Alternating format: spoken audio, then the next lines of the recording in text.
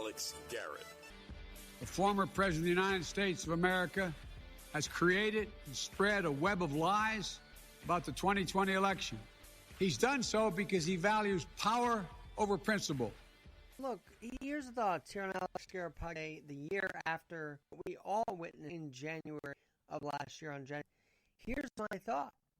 He is saying, Joe Biden, is saying what people on the right were texting those like Mark, not just people, Fox News anchors who that night kind of went on to Trump, did they not?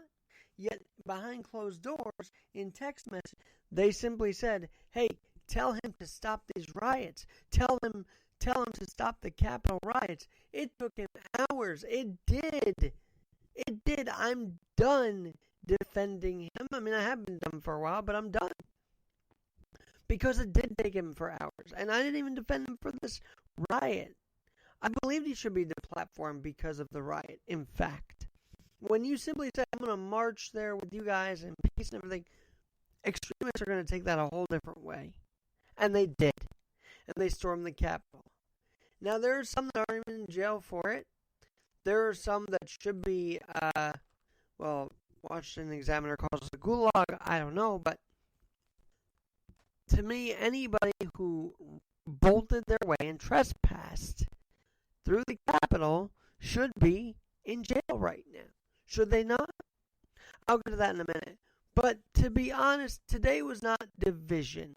Some people will call it division. Oh, look at President Biden. He's dividing us all. No. He's saying what we literally all thought. Why did Trump do the rally at the Ellipse?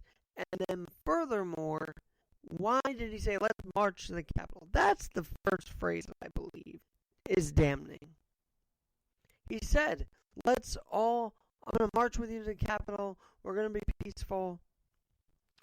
But the fact to even do that in the United States of America, that turned me off big time when I first heard it. But for those tonight on TV that are probably going to complain about President Biden saying this, because his bruised ego matters more to him than our democracy or our Constitution. He can't accept he lost. Because people will say, well, the Biden administration has been doing this and the other. On January 6th, President Biden is right. This is on Trump. And so Laura Ingraham, Sean Hannity, when you go on Fox News tonight and complain about the fact that Joe Biden went off on the former president without naming names. The fact that he went off on the former president a year later after the disaster. You cannot go up there and say, well, Biden was in the wrong to do that. You know why? Because you guys were texting people in the White House in that very moment to tell Trump to get on TV and do something. But, of course, Trump can't. He couldn't. He didn't want to put himself to do that. And as President Biden said earlier today, I believe at the Capitol, actually, he said something to the effect of that Trump did nothing for hours, which I already played to you. But you cannot go on TV and say, well, we don't like what Biden said. You know why? Because you said exactly that a year ago. You said he should go up there and say something. And to then call them they're very special people, that was stupid. Was it not? If you're wondering why I sound a bit out of it, AlexGNYC.com will explain it. I have tested positive. I'm working through it, but I'm in quarantine at the same time, so there's that. We'll keep you posted. It's been a journey in the last 3 days already, but, I just think I'm in the same room that I was talking about how I could never get this, I would work hard to not get this, and, well, when you become vaccinated, you become stubborn. That is a fact. Maybe not everybody, but in my case, it's a fact. becoming vaccinated did make me stubborn. I'll admit that right here and now. Because I thought, well, this is going to lead to invincibility. I'm not only double vaxxed, I'm triple vaxxed. I thought that was going to be the end-all be-all. Clearly, Omicron had other ideas, and COVID is still around. So mask up if you haven't started doing so. Vaccinate if you haven't started doing so. I call it the catch-22. The COVID is the catch for 2022. Can we just call it COVID-22? We've gone from 19 to 2021. Let's give it an upgrade. Maybe if we give it an upgrade of a name, it'll go away. That's my thought on that. But AlexGNYC.com kind of lays it out. Testing positive and stride. It's not been easy, but here we are. Here we are. Back on the mic. Not at 100%, but fired up nonetheless. Because President Biden was right today. The former President of the United States of America has created and spread a web of lies about the 2020 election. He's done so because he values power over principle. Now, I would question, and I have questioned before, why they took breaks in Philadelphia, why voting on Election Day doesn't just end on Election Day in 2020. But you know what? At the end of the day, what happened on January 6th is a disgrace and must be accounted for. Now, one thing President Biden said in post-speech question and answer is, I had to tell the truth that this was on the former president. But now we have to move on. Interestingly enough, the January 6th committee will not move on. And I feel like that is the equivalent of the 9/11 commission. I do. I think that has to be investigated like a 9/11. Because we can never let the Capitol be breached like that again. We can never let our republic be shaken to the core like that. Our democracy shaken to the core like that.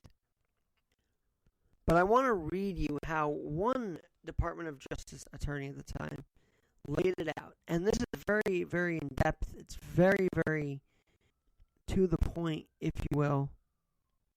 But the DOJ has been investigating all of this and all the people that were involved with the riot.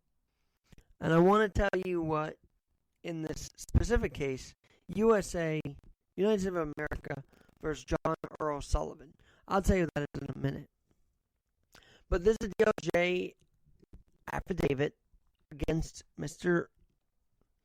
Sullivan, who made $90,000 off the riot after going inside and filming video of storming the Capitol, of storming the Capitol building. But I want to read you what this Salt Lake City DOJ Judge Honorable Robin Merriweather wrote, because it lays out perfectly exactly what happened a year ago today. Are you ready? He writes, I am a special agent with the United States Department of Justice, Federal Bureau of Investigation, and I've been employed in that capacity for 9 years. I'm currently assigned to the Salt Lake City Division of the FBI and have primary investigative responsibility for federal crimes related to national security and domestic terrorism. He then lays out the background. The U.S. Capitol, which is located at 1st Street, SE, Southeast, in Washington, D.C., is secured 24 hours a day by U.S. Capitol Police. Restrictions around the U.S. Capitol include permanent and temporary security barriers and posts manned by the U.S. Capitol Police. Only authorized people with appropriate identification are allowed access inside the U.S. Capitol. On January 6, 2021, the exterior plaza of the U.S. Capitol was closed to members of the public. On January 6, 2021, a joint session of the United States Congress convened at the United States Capitol, which is located at 1st Street, SC in Washington, D.C. During the joint session, elected members of the United States House of Representatives and the United States Senate were meeting in separate chambers of the United States Capitol to certify the vote count of the Electoral College of the 2020 presidential election, taking place on November 3rd, 2020. The joint session began at approximately 1 p.m. Shortly thereafter, by approximately 1:30 p.m., the House and Senate adjourned the chambers to resolve a particular objection. Vice President Mike Pence was present and presiding, first in the joint session and then in the Senate chamber. As the proceedings continued in both the House and the Senate, with Vice President Pence present and presiding over this, a large crowd gathered outside the Capitol, the U.S. Capitol. U.S. Capitol Police were present and attempted to keep the crowd away from the Capitol building and the proceedings underway inside. The crowd included many people who expressly objected to the conduct of the proceedings to certify the vote of the Electoral College of the 2020 presidential election, and who expressly stated that their purpose was to stop or disrupt these proceedings. At approximately 2 p.m., individuals in the crowd forced their way through, up and over the barricades, past officers of the U.S. Capitol Police, including by engaging in assaultive and abusive conduct towards officers of the U.S. Capitol who lawfully attempted to block access to the U.S. Capitol. The crowd then advanced to the exterior facade of the building. The crowd was not lawfully authorized to enter or remain in the building, and prior to entering the building, no members of the crowd submitted to security screenings or weapons checks by the U.S. Capitol Police officers or other authorized security officials. The certification proceedings, specifically the proceedings in the House and Senate to address the objection, were still underway, and the exterior doors and windows of the U.S. Capitol were locked or otherwise secured. However, shortly after 2 p.m., individuals in the crowd forced entry into the U.S. Capitol, including by breaking windows and by assaulting members of the U.S. Capitol Police, as others in the crowd encouraged and assisted those acts.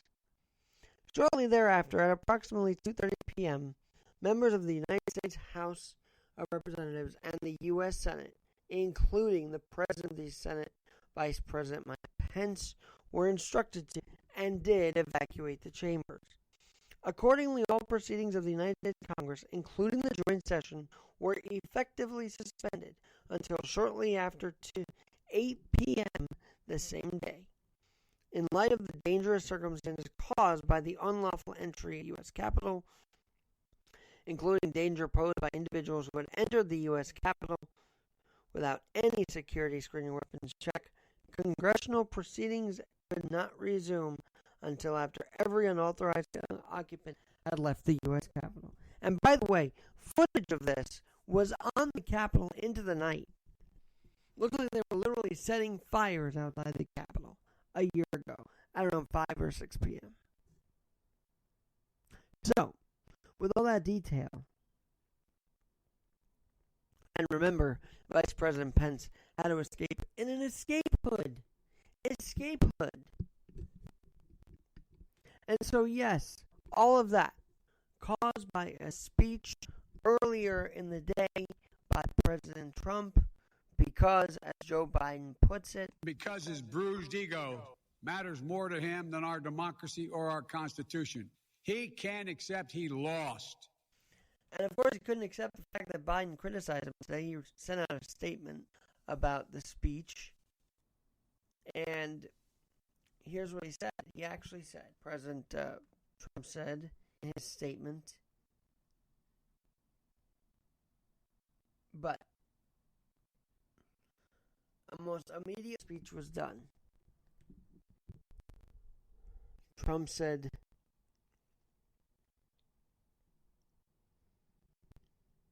does anybody really think that Biden beat Obama with the black population in select swing state cities? No. They spread a web of lies about me and Russia for 4 years to try and overturn the 2016 election. Never forget the crime of the 2020 presidential election, President Trump said.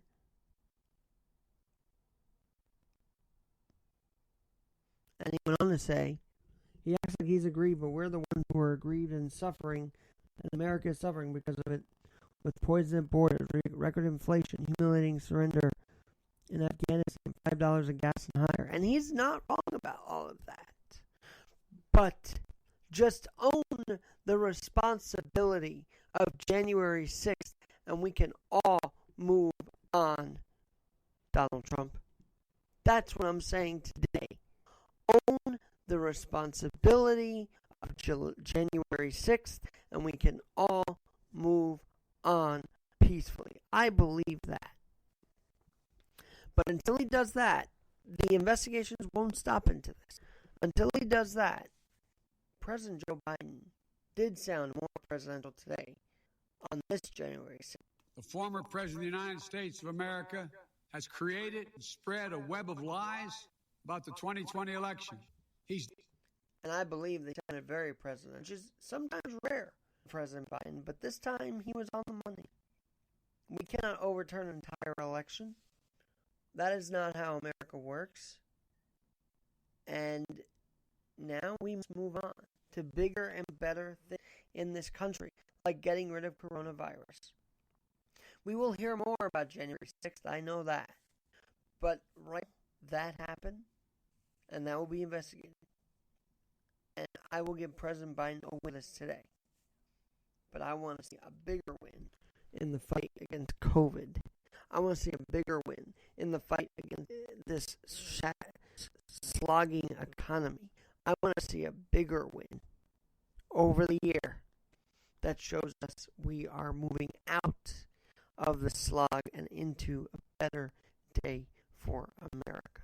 Yes, acknowledging that truth, that President Trump was behind January 6th, saying what those that texted Mark Meadows basically said in text, but not on your television, was right. But we can do so much more to build up our republic and democracy. And it starts with getting us out of COVID once and for all.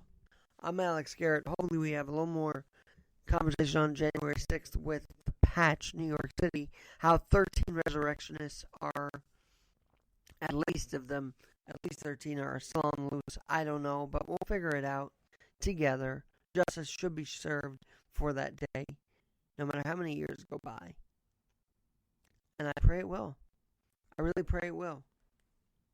But until one side admits responsibility, this debate, this conversation will go on. When to me, at the heart of it, our capital is, and that should be mourned more than anything.